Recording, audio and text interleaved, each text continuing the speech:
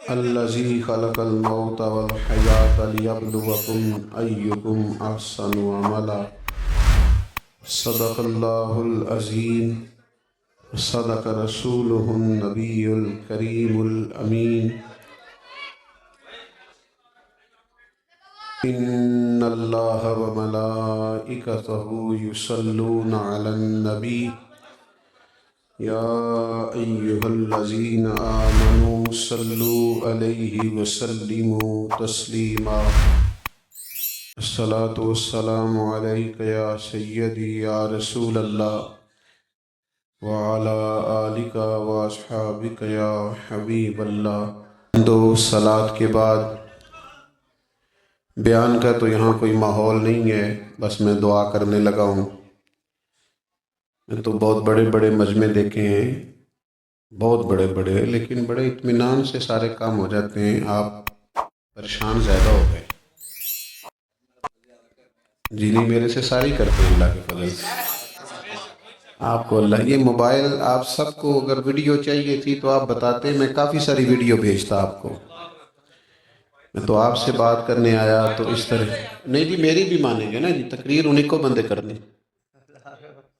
آپ سب اللہ آپ کو برکت دے، سب پیار والے ہیں، بلکہ مجھے دقت ہوتی ہے میں کسی چیز سے کسی دوست کو منع کروں تو میں بعد میں پریشان ہوتا ہوں، لیکن مہربانی کریں، یہ سیاسی محفل نہیں ہے، یہ کوئی سیاسی جلسہ نہیں ہے۔ اس میں وہ ڈرون چلانے اور مطلب اس میں گارڈ آف آنر پیش کرنا، فقیر سے لوگ ہیں اللہ رسول کی بات کرتے ہیں، اس میں تو میں تو آج کل ان پھولوں سے بھی منع کرتا ہوں۔ میں کہتا ہوں جہاں فلسطین کے بچوں کو پانی نہ ملتا ہو، وہاں ہم پر اتنے پھول ضائع کر دیے جائیں اور اتنی ساری چیزیں لٹا دی جائیں، یہ سمجھ میں نہیں آتی۔ مہربانی فرمائیں، دو ایک باتیں کرنے دیں، آپ کی بڑی مہربانی۔ یہ بالکل دینی جلسہ ہے، اس میں کوئی فوٹو بھی نہیں آئے گی، تو اللہ رسول جانتے ہیں کون آیا، اس کو تو ویسے ہی تصویروں سے بچانا چاہیے۔ تو آپ اطمینان سے محبت سے بیٹھیں، اللہ آپ کو سلامت رکھے۔ میں بڑی مختصر سی بات کرنے کا قائل ہوں، دو ایک باتیں عرض کر کے بات کو ختم کر دوں گا، ویسے بھی مغرب میں ٹائم کم ہے۔ اللہ تعالیٰ نے قرآن مجید کے اندر انسان کو اس کی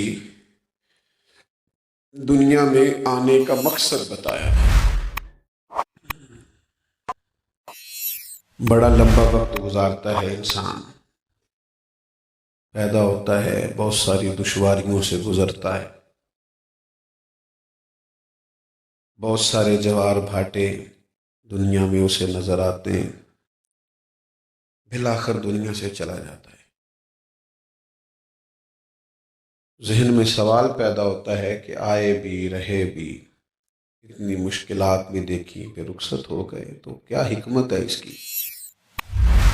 اللہ تعالیٰ نے قرآن مجید میں ارشاد فرمایا کہ الذی خلق الموت والحیات لیبلوکم ایکم احسن عملا۔ فرمایا ہم نے موت اور حیات کو اس لیے پیدا کیا ہے تاکہ پتہ چل جائے تم میں اچھے عمل کون کرتا ہے۔ بہترین اعمال کرو دنیا میں، نہ تو ہم محض پیسہ کمانے کے لیے آئے ہیں، نہ محض کھانا کھانے کے لیے آئے ہیں، نہ محض شہرت حاصل کرنے کے لیے آئے، نہ محض بلے بلے کے لیے آئے۔ ایکم احسن عملا، بہترین عمل کرو زندگی میں۔ وقت کو ضائع نہیں کرنا چاہیے، صلاحیت کو ضائع نہیں کرنا چاہیے، اللہ نے جو نعمت دی ہو اس کا غلط استعمال نہیں کرنا چاہیے۔ کوشش کرنی چاہیے کہ انسان بہترین عمل کرے۔ نبی پاک صلی اللہ تعالیٰ علیہ وسلم نے فرمایا، جب صبح دن چڑھتا ہے تو وہ دن اعلان کرتا ہے کہ میں آج آیا ہوں، آج کے بعد دوبارہ نہیں آؤں گا، کوئی عمل کرنا ہے تو آج کر لو۔ آج جو دن گزر گیا ہے یہ آج کے بعد دوبارہ ہمارے ہاتھ نہیں آئے گا۔ آج صبح سے جس کی تلاوت رہ گئی اس کی رہ گئی، جس کے نفل رہ گئے اس کے رہ گئے، جس نے کسی مسکین کی خدمت نہیں کی، غریب کے دکھ میں شریک نہیں ہوا، تو آج کا دن ضائع ہو گیا۔ نبی کریم صلی اللہ تعالیٰ علیہ وسلم سے جب پوچھا گیا تھا کہ یا رسول اللہ خوبصورت مسلمان کون ہوتا ہے، اپنے اسلام کے تعلق سے، دین کے تعلق سے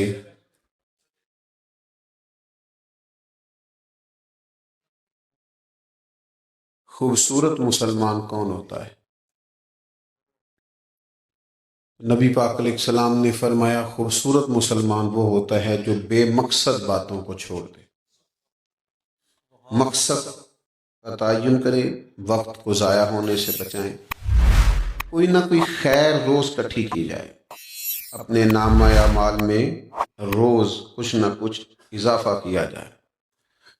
آج کل لوگ اس بات پر تو پریشان ہوتے ہیں کہ آج دیہڑی نہیں لگی۔ اس پر کیوں پریشان نہیں ہوتے کہ آج کوئی نیکی نامہ اعمال میں جمع نہیں ہوئی؟ اس پر بھی تو پریشان ہونا چاہیے کہ آج میرا دن ضائع ہو گیا۔ اعمال خیر ہمیشہ جمع کرنے چاہیے، نیک اعمال ہمیشہ اکٹھے کرنے چاہیے، اور نیکی نیکی ہوتی ہے، اسے کبھی چھوٹا نہیں سمجھنا چاہیے۔ نبی کریم صلی اللہ تعالیٰ علیہ وسلم نے فرمایا نیکی کو کبھی حقیر نہ سمجھنا، کچھ نہ ہو سکے تو اپنے بھائی سے مسکرا کے مل لینا، اس پر ہی اللہ صدقے کا ثواب عطا کرے۔ تلخ نہ ہونا، ناراض نہ ہونا، کسی سے ہر وقت لڑنے کا مزاج نہ بنانا، مسکرا کے ملنا۔ یاد ہے نا ساڑے پنڈاں چ لوگ آندے ہوندے سن وہ بھائی لینا دینا تے مقدراں دا گل تے پیار نال کر، سودے میں تلخی ہو جاتی تو یہ بولتے تھے نا کہ بھائی لینا دینا دے تو گل تے ہنس کے کر۔ حضور نے فرمایا جو مسکرا کے ملے اسے بھی اللہ صدقے کا ثواب دے۔ نیکی کو چھوٹا نہیں سمجھنا۔ کوئی کام کریں زندگی میں، ایک کام برا ہے وہ ہے کسی کے آگے ہاتھ پھیلانا، باقی محنت والے سارے کاموں سے اللہ راضی ہوتا ہے۔ رزق حلال کمائیں، عبادت کریں، دوستوں سے اچھا سلوک کریں، جو اللہ نے ہمارے ذمے حقوق لگائے ہیں وہ حقوق صحیح کر کے ادا کریں، ذمہ داریوں کا احساس کریں۔ دیکھو میرے بھائی، دنیا میں اکیلے آئے ہیں، اکیلے جانا ہے، اور قبر میں اپنا اپنا حساب دینا ہے۔ قیامت والے دن اپنا اپنا حساب دینا، اور کچھ چیزوں کے بارے میں ہم سمجھتے ہیں کہ شاید ہم نے اس کا حساب نہیں دینا۔ کچھ لوگ پیسہ کماتے ہیں پھر اس کو ضائع کرتے ہیں، پیسہ کمانے کے بعد بھی ہم اس کے اصل مالک نہیں، اس کا مالک حقیقی اللہ ہے۔ اگر ہم اصل مالک ہوتے تو قیامت میں حساب تو نہ دینا پڑتا۔ اللہ کہتا ہے ثم لتسألن یومئذ عن النعیم، قیامت والے دن اللہ تعالیٰ تم سے ایک ایک نعمت کے بارے میں سوال کرے گا۔ نبی کریم صلی اللہ تعالیٰ علیہ وسلم کا فرمان بخاری میں موجود ہے۔ نبی کریم علیہ السلام ارشاد فرماتے ہیں اللہ تعالیٰ یہ بھی پوچھے گا کہ مال کہاں سے کمایا، تم نے ذرائع جائز حاصل کیے کہ ناجائز۔ مال یہ قیامت کی نشانیوں میں سے نشانی ہے کہ لوگ پرواہ نہیں کریں گے کہاں سے آ رہا ہے۔ تو کریم فرماتے ہیں یہ بھی پوچھا جائے گا کہاں سے کمایا، اور یہ بھی پوچھا جائے گا کہ خرچ کہاں کیا تھا۔ کمانے کے بعد بھی مالک نہیں بنے، مالک حقیقی اللہ ہے۔ میرے دوستو اپنے وقت کو ضائع نہ کریں، بیکار نہ ضائع کریں۔ ہمارے ہاں کچھ دوست کہتے ہیں 1 منٹ رکو میں آیا، تو میں کہتا ہوں 1 منٹ میں 3 دفعہ سورۃ اخلاص پڑھی جا سکتی ہے، پورے قرآن پاک کا ثواب ہے۔ 1 منٹ کو کیا سمجھائے؟ میرے ایک دوست تھے تو مجھے ایک دفعہ کہنے لگے، کالج میں ہم اکٹھے رہے، مجھے کہنے لگے کہیں چلے نا، میں آج کل بور بڑا ہو رہا ہوں۔ میں نے کہا بور ہونے کے لیے بھی تو ٹائم چاہیے نا، ہمیں تو وہ بھی نہیں ملتا۔ بور بھی اکثر فارغ بندے ہی ہوتے ہیں، تو جو بندہ مصروف ہوتا ہے وہ بور ہے، وہ تو بیچارہ کام لگا ہوا ہے۔ اپنی زندگی میں مرتب کریں چیزوں کو، اور اپنے لیے اعمال اکٹھے کریں۔ میں نے کہا تھا زیادہ باتیں نہیں کرنی، نیکیاں سب سے قیمتی وہ ہوتی ہیں جو چھپی ہوئی ہوتی ہیں، جو اللہ اور اس کے رسول صلی اللہ تعالی علیہ وسلم کے سامنے بندے کا راز ہوتی ہیں۔ آپ کو پتہ ہے قیمتی چیزیں لوگ چھپا کے رکھتے ہیں، پتہ ہے آپ کو؟ گھر والوں نے 5 تولے سونا دیا ہوتا نا آپ کو، یہ سنار کو دے دینا تو آپ نے محفل میں کبھی بھی نہیں آنا تھا، پہلے سنار کے پاس ہی جانا تھا، کہیں گم نہ ہو جائے۔ سمجھتے ہیں بات کو؟ قیمتی چیزیں لوگ چھپاتے ہیں۔ تو یہ کیا بات ہوئی؟ آپ نے نفل پڑھیں، آپ نے قیمتی نہیں سمجھا، سب کو بتا دیا ہے۔ میں ختم شریف پہ گیا، وہاں اعلان ہو رہا تھا کہ ان کے والد انتقال کر گئے ہیں، تو انہوں نے ابا جی کے سال ثواب کے لیے 50,000 روپیہ مسجد میں دیا ہے۔ پہلے وہاں بھی اعلان ہو گیا، پھر مجھے بھی کہنے لگے دعا میں بھی آپ کہہ دیں۔ میں نے نہیں کہا، میں اکثر نہیں کہہ پاتا، روکا دیتے ہیں لوگ، کہتے ہیں یہ اتنا قرآن مجید پڑھا ہے یہ سارا بتا دیں، تو میں اکثر پوچھتا ہوں کس کو بتانا ہے؟ نہیں سمجھ آئی بات کی؟ 50 قرآن پاک پڑھے ہیں اسپیکر میں بتا دیں، کس کو بتاتے ہو؟ اللہ کو تو پتہ ہے کتنا پڑھا ہے، ثواب کس نے دینا ہے؟ یہ بھی تھوڑا سا لوگوں میں خبر پھیل جائے کہ لو جی ہم نے یہ کیا ہے، یہ ختم شریف ہے، اور اس میں جناب ہم بتاتے پھرتے ہیں یہ کر دیا وہ کر دیا۔ تو دعا کا معاملہ تھا، چپکے سے ہو جاتا، بخشش کا ذریعہ ہوتا۔ آپ بتا رہے ہیں اتنے قرآن مجید، اتنی دیگیں فلانا، پتہ چلے ختم ہو رہا، چلے اس میں ہی تھوڑا سا ہم ماحول کو درست رکھ لیں۔ تو مجھے کہنے لگے ابا جی کے سال ثواب کے لیے 50,000 مسجد دیا تھا، آپ نے بتایا ہی نہیں۔ میں کہا ابا جی تو کی دے گا نہیں، کہندے ہوتے کافی جائیداد چھڑ گئے نے۔ میں کیوں نہ بھی سپیکر اعلان کرایا کہ انجی دے گا جی، کہتے نہیں ہوتے انجی، تے میں کہا تسی بچو 50,000 دین لگے ہو دا اعلان کراندے پھر دے۔ کیا عجیب ہمارا مزاج بن گیا ہے، یعنی مسجد کی ٹائلوں پہ لکھا ہے سال ثواب فلانے کے لیے، کیا کرتے ہیں آپ؟ کر دیں، کر دیں، کریم کو پتہ ہے۔ حضرت عثمان غنی رضی اللہ تعالیٰ عنہ نے نا ایک کنیز خدمت کرنے کے لیے، کنیز حضرت عائشہ صدیقہ رضی اللہ تعالیٰ عنہ کو رکھ کے دی تھی کہ اماں جی یہ آپ کی خدمت کیا کرے گی۔ تو عائشہ صدیقہ رضی اللہ تعالیٰ عنہ نے عرض کی کہ مجھے ضرورت کوئی نہیں، میں اپنے کام خود کر لیتی ہوں۔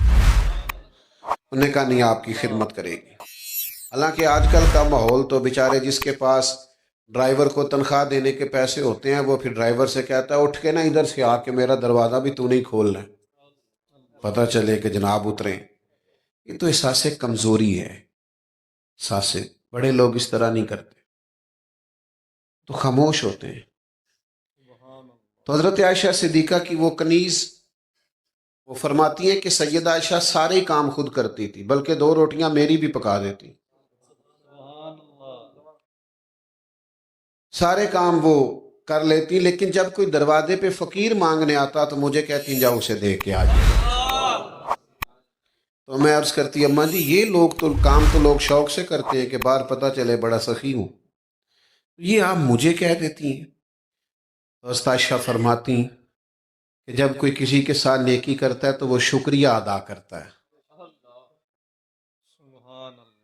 میں یہ چاہتی ہوں کہ وہ شکریہ بھی تیرا ہی ادا کر جائے، میں نے جو بھی اجر لینا ہے اپنے رب کریم سے ہی لینا ہے، میں شکریہ کے تکلف میں بھی ڈالنا ہے۔ او میرے دوستو، بڑے بڑے لوگ آئے، ہم سے زیادہ لوگوں کی شہرت ہوئی، زیادہ پوسٹر چھپے، زیادہ رش ہوئے، پر کل من علیہ فان، او پہیاں دس دیاں قبراں